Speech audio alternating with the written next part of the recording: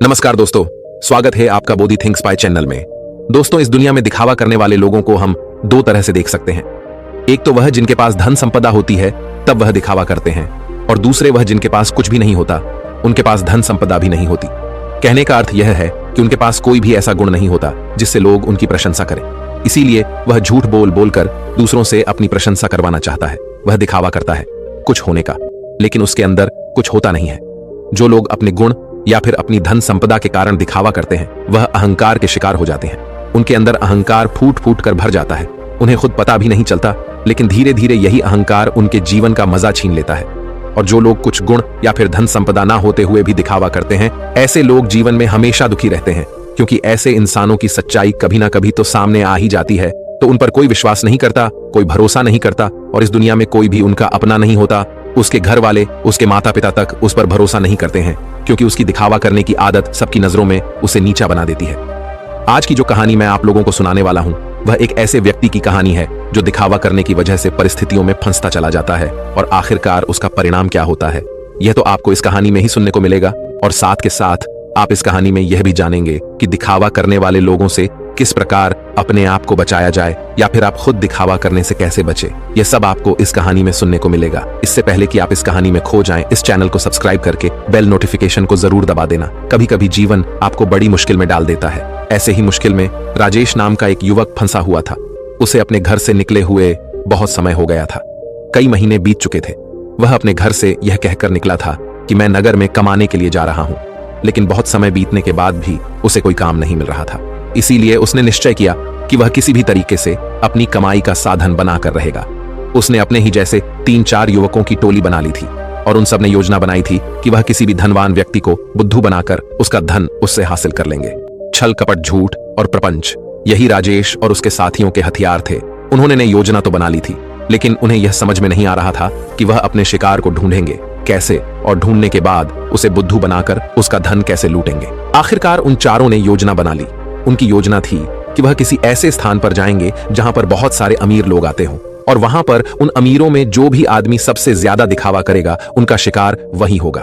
उन्होंने नगर में एक ऐसी जगह ढूंढ ली थी जहां पर नगर के ज्यादातर अमीर लोग जुआ खेलने के लिए आते थे।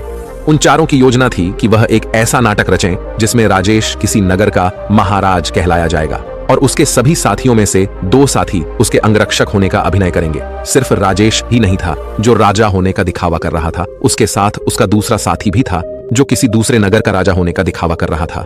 आखिर उनकी योजना क्या थी, ये आपको कुछ देर में पता चल जाएगा। अगले दिन से सुबह सुबह सारे लोग अपने पात्र के हिसाब से वस्त्र धारण करके उस जगह पहुंचे जहां पर शहर के ज्यादातर अमीर लोग जुआ खेलने के लिए आते थे। राजेश उस जगह पर एक नगर का महाराज बनकर पहुंचा था, जिसके पीछे उसके साथी अंगरक्षक साथ साथ चल रहे थे। सब अमीर लोगों की नजर उन पर टिकी हुई थी, क्योंकि राजेश उन सब में सबसे ज्यादा अमीर लग रहा था। उसकी वेशभूषा बेशकीमती लग रही थी, बेहद आकर्षक लग रही थी, जिससे सभी लोग उसकी तरफ आकर्षित हो गए थे। कुछ समय बाद राजेश एक ऐसी जगह पर जाकर बैठा जो सिर्फ बहुत जरूरी लोगों के लिए बनी हुई थी। जब राजेश वहां पर जाकर बैठा तो उसके अंगरक्षक वहीं उसके पास खड़े हुए थे। सब आपस में चर्चा करते हुए एक दूसरे से पूछ रहे थे कि यह किस नगर के महाराज हैं। उसी भीड़ में राजेश का एक और साथी मौजूद था। उसने उन सबको संबोधित करते हुए बताया कि राजेश किसी बड़े नगर का बड़ा महाराज है, और सबने उसकी बात पर यकीन कर लिया। अब वह अमीर लोग जो ज्यादातर दिखावा करते थे, जो किसी बड़े आदमी से अपना सम्मान सुनने के लिए तरसते रहते थे, ऐसे लोग राजेश के आसपास मंडराने लगे थे। वह राजेश को किसी बड़े नगर का महाराज समझ रहे थे, और वह ये सोच रहे थे कि अगर इनसे हमारा परिचय हो गया तो हो सकता है भविष्य में यह महाराज हमारे कुछ काम आ जाए। थोड़ी देर बाद वहां पर दूसरा राजा भी पहुंचा जो राजेश का ही एक साथी था, और वह भी राजेश की तरह राजा होने का दिखावा कर रहा था। वह दूसरा राजा राजेश के ठीक सामने आकर बैठ गया। कुछ देर एक दूसरे से बात करने के बाद दोनों ने जुआ खेलने का निश्चय किया। कुछ समय बाद जुए की बड़ी बड़ी बाजियां खेली जाने लगीं, और राजेश जो किसी नगर का महाराज होने का दिखावा कर रहा था, वह इस जुए में बहुत बड़ी रकम हार गया। लेकिन जब राजेश ने हारी हुई रकम निकालने के लिए अपनी पोटली ढूंढनी चाही तो उसे अपनी पोटली मिल ही नहीं रही थी। बहुत देर ढूंढने के बाद भी जब उसे पोटली नहीं मिली तो वह गुस्से से भरकर अपने अंगरक्षकों को डांटने लगा, और डांटते हुए उनसे अपनी पोटली के बारे में पूछने लगा। लेकिन उसके अंगरक्षकों के पास इसका कोई जवाब नहीं था। वह सब नीची गर्दन करके खड़े हुए थे। राजेश ने बड़े ही शांत स्वर में अपने सामने बैठे हुए राजा से कहा कि देखिए, लगता है कि हमारी सोने के सिक्कों से भरी पोटली कहीं पर गुम गई है। मैं मानता हूं कि मैं जुए में हारा हूं, लेकिन फिलहाल मेरे पास तुम्हें देने के लिए कुछ भी नहीं है। अगर तुम मुझे कोई अपना पता दे दो तो मैं तुम्हारे पते पर तुम्हारी रकम भिजवा दूंगा, या फिर तुम मेरे राज्य में आकर मेरे राजमहल में चले आना, वहां पर तुम्हारी पूरी रकम तुम्हें मिल जाएगी। यह सुनकर वह सामने बैठा हुआ राजा गुस्से से आग बबूला हो गया। वह राजेश को बहुत भला बुरा कहने लगा। नौबत यहां तक आ गई कि दोनों में हाथापाई शुरू हो गई। वहां पर उसके अंगरक्षक और इधर राजेश के अंगरक्षक दोनों आपस में भिड़ गए। कुछ देर बाद एक अमीर आदमी उन दोनों के बीच में पहुंचा और उन दोनों का झगड़ा सुलझाते हुए उसने कहा कि महाराज, आप मुझसे कुछ धन उधार ले लीजिए। आपको लड़ने की जरूरत नहीं है, यह आपको शोभा नहीं देता, यह आपकी शान के खिलाफ है। मैं आपको धन उधार दे देता हूं, आप मेरा धन मुझे लौटा देना। यह रहा मेरा पता। और अपना पता देते हुए उस अमीर आदमी ने राजेश को बहुत सारे सोने के सिक्के दे दिए। जितने वह जुए में हारा था उसने उसी के सामने बैठे हुए राजा के मुंह पर फेंक कर मारे और उस राजा से कहा कि हमारे लिए इन मुद्राओं की कोई कीमत नहीं है। तुम हमें जानते नहीं हो कि हम कितने बड़े महाराज हैं, हमारा नगर कितना बड़ा है, कितना खुशहाल है। अगर तुम कभी हमारे नगर में आओगे तो तुम्हें पता चलेगा। इस सज्जन ने मेरी मदद की है और बदले में मैं इसे इसका इनाम जरूर दूंगा।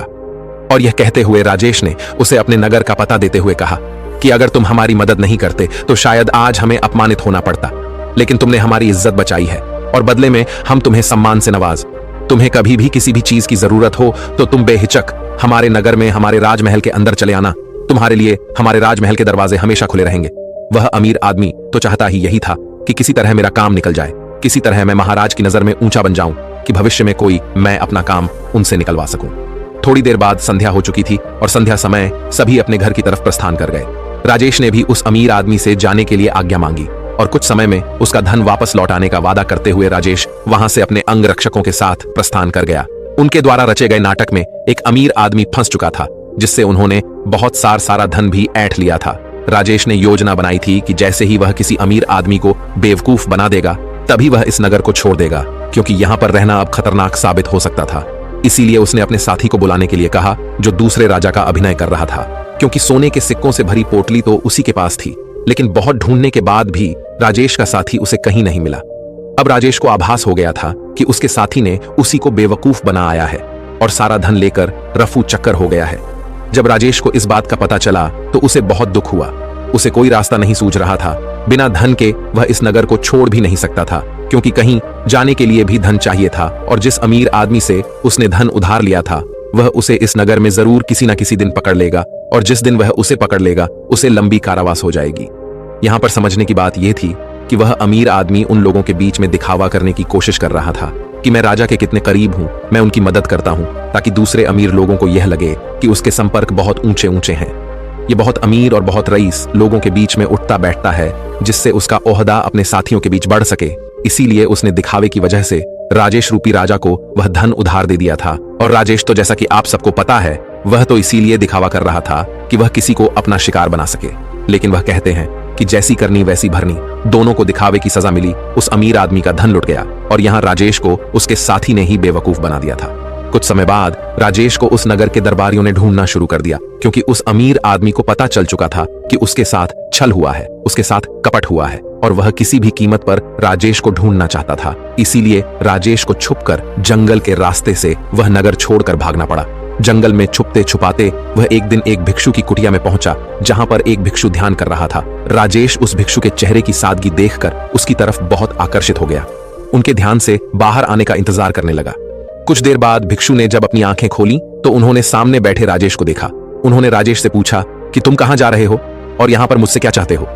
राजेश उनके चरणों में गिर पड़ा और रोते हुए उनको बोला, गुरुदेव, मैं दिखावा कर कर थक चुका हूं, मुझे कोई रास्ता नजर नहीं आ रहा। घर वालों के सामने मुझे दिखावा करना पड़ता है कि मैं नगर में कोई काम कर रहा हूं और नगर में मैं लोगों को बेवकूफ बनाता हूं, उनके साथ छल करता हूं, कपट करता हूं। मेरा पूरा अस्तित्व दिखावे पर टिका हुआ है। कृपया करके मुझे कोई ऐसा तरीका बताएं जिससे मैं आपकी तरह सादगी भरा जीवन जी सकूं, खुश होकर शांत होकर अपने जीवन का मजा ले सकूं। मैं थक गया हूं। भिक्षु ने मुस्कुराते हुए कहा कि सारी दुनिया दिखावा ही तो कर रही है। कोई अगर तुमसे कहता है कि तुम तो बहुत ही ईमानदार आदमी हो तो तुम खुश हो जाते हो, ये जानते हुए कि तुम एक झूठे और मक्कार आदमी हो। हर जगह हर परिस्थिति में जब भी किसी इंसान को मौका मिलता है तो वह दिखावा करने से चूकता नहीं है। ये तुमने भी जरूर महसूस किया होगा। दिखावा करने के बाद तुम्हें तो ये लगता है कि तुम बहुत समझदार हो, तुम चालाक हो, लेकिन चालाक होने के कारण तुम्हारे जीवन की सरलता खो जाती है। तुम साधारण नहीं रह पाते, तुम हर जगह दिखावा करने की कोशिश करते हो और इसीलिए जीवन के आनंद को तुम कभी महसूस ही नहीं कर पाते। लेकिन समझने की बात यह होती है कि आदमी दूसरे के सामने दिखावा तभी करता है जब वह सामने वाले की नजर में ऊंचा होना चाहता है। अगर तुम सामने वाले से प्रभावित नहीं होते तो तुम्हें दिखावा करने की कोई जरूरत ही नहीं रहेगी, क्योंकि तुम किसी ना किसी तरह सामने वाले आदमी को आकर्षित करना चाहते हो, उसे अपनी ओर खींचना चाहते हो, और यही दिखावे का सबसे बड़ा कारण होता है। लेकिन जो इंसान तुम्हारे दिखावा करने की वजह से तुम्हारी तरफ आकर्षित हुआ है, तो कल अगर उसे तुम्हारी सच्चाई पता चलेगी तो वह तुमसे दूर भी हो जाएगा। इसीलिए दिखावा करने की वजह से अपने भी हमसे दूर होते चले जाते हैं। हमें इसका कभी एहसास ही नहीं होता और हम अकेले पड़ते चले जाते हैं। आखिरकार हम पाते हैं कि हमारे आसपास कोई भी मौजूद नहीं है जिसे हम अपना कह सके, जिससे हम अपने दिल की बात कर सकें, क्योंकि हर इंसान के सामने हमने सिर्फ दिखावा ही किया है। लेकिन जो इंसान अपने आप को जानता है, अपने एकांत में स्थापित हो गया है, उसे किसी के आने जाने से कोई फर्क नहीं पड़ता। वह तो बस अपने एकांत का आनंद उठाता है। कोई आए तो ठीक और जाए तो भी ठीक। वह किसी को आकर्षित करने की कोशिश नहीं करेगा और इसीलिए उसका जीवन सरल होता चला जाएगा, साधारण होता चला जाएगा। और जितने सरल तुम बनते जाओगे उतनी ही आसानी से तुम ध्यान में प्रविष्ट हो पाओगे। जीवन एक परीक्षा है, लेकिन कुछ लोग उस परीक्षा में संघर्ष नहीं कर पाते और वह लोग एक दिखावे का रास्ता अपना लेते हैं। उस जीवन को पूरी सच्चाई से जीना ही नहीं चाहते। वह खुद की सच्चाई को भी खुद स्वीकार नहीं करना चाहते।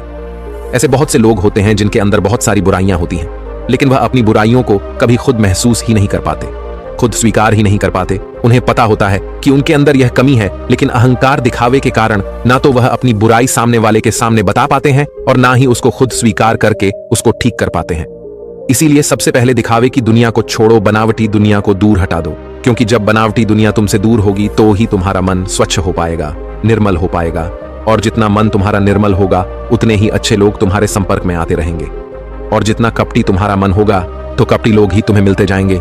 हमें वही लोग जीवन में टकराते हैं जिस तरह का हमारा खुद का नजरिया होता है। अगर हमारा नजरिया साफ है, शुद्ध है, तो हमें शुद्ध लोग ही टकराएंगे, और वहीं पर अगर हमारा नजरिया कपट से भरा हुआ है, धोखे से भरा हुआ है, तो हमें रास्ते में ऐसे ही लोग टकराएंगे। तुम किसी को धोखा दोगे, कोई तुम्हें धोखा देगा, और यह गोला निरंतर चलता रहता है। इस चक्र से बाहर आने का सिर्फ एक ही तरीका है। किसी को आकर्षित करने की कोशिश मत करो, किसी को भी जबरदस्ती झूठ बोलकर खुश करने की कोशिश मत करो। बस तुम अगर यह छोटा सा सिद्धांत अपना लेते हो तो तुम्हारी बनावटी दुनिया कब सच में बदल जाएगी तुम्हें पता ही नहीं चलेगा। साधारण रहकर, सरल रहकर, ध्यान की गहराइयों से अपने जीवन का परिचय कराओ, तब तुम्हें जीवन के आनंद का पता चलेगा। तब तुम समझोगे कि जीवन के असली मायने क्या होते हैं। किसी को बेवकूफ बनाना, किसी को झूठ बोलना, जबरदस्ती दिखावा करना, यह जीवन नहीं है, यह कुछ और है। यह दुख है, यह संताप है, और यही दुखों का कारण है। इसीलिए तुम दुखों को काटना चाहते हो तो सबसे पहले इस पेड़ की जड़ को उखाड़कर फेंको जो दिखावे का पौधा तुमने लगा रखा है। और यह कहकर वह भिक्षु कुटिया के अंदर चला गया। उनके जाने के बाद राजेश ने महसूस किया कि उसके जीवन में जितनी भी समस्याएं हैं उसके पीछे मूलभूत कारण उसका दिखावा ही है। अगर वह दिखावा करना छोड़ देता है तो जाहिर सी बात है वह झूठ बोलना भी छोड़ देगा। फिर कैसी भी परिस्थिति हो वह सिर्फ सच बोलेगा, और जब सच बोलने की हिम्मत उसमें आ जाएगी तो उसका जीवन खुद ही परिवर्तित हो जाएगा। ऐसे ही विचारों में डूबा हुआ वह उस जंगल को पार कर गया।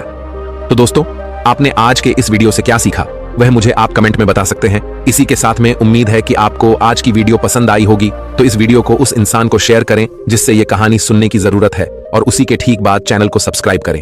तो चलिए फिर मिलते हैं ऐसी एक और नई वीडियो में एक नए मैसेज के साथ। तब तक के लिए अपना ख्याल रखें। धन्यवाद और नमो बुद्धाय।